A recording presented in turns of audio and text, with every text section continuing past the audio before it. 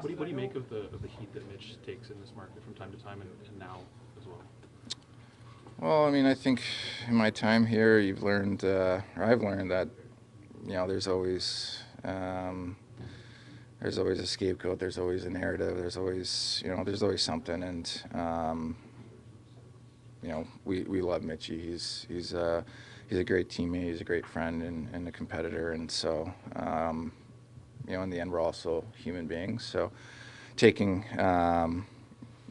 we take on a lot as players, and rightfully so. So, when you see guys kind of go through stuff like that, it's hard on everybody, and you just try to support him and be there for him. Are you expecting some more significant changes to this team in the offseason than maybe we've seen in past off seasons? And I'm talking about front office on down. Yeah, I don't know. I mean, that's not really, I think a question that I can really answer, to be honest. I mean, it's a good question. I mean, I think it's obviously when that time of year, it's tough to generate offense. It's when teams are playing extremely tight, and not a lot of space out there. I think special teams probably plays a big factor into that, and that's something that we couldn't really get going on in the series as well as we would have liked, and I think that plays a big role into it. As a competitor, Auston, after another run that came up short of your expectations, what's your level of frustration that the run ended again when it did? Well, it's always frustrating, disappointing, and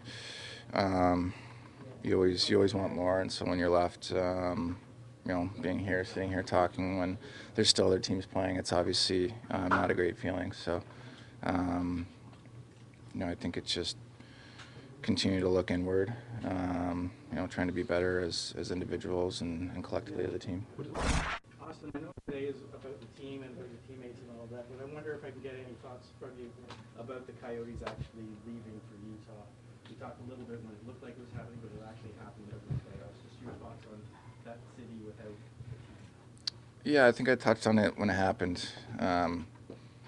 It's obviously selfishly, it's kind of sad, disappointing, and I understand the NHL's viewpoint on it. So definitely a sad day when it happened for Arizona hockey, but hopefully that they'll be able to bring a team back there at some point and be able to figure out that situation. You got one last one here for Auston. You got one trophy. You're up for two. How do you balance that recognition versus being here today and not advancing beyond the first round? Yeah, I mean, it's always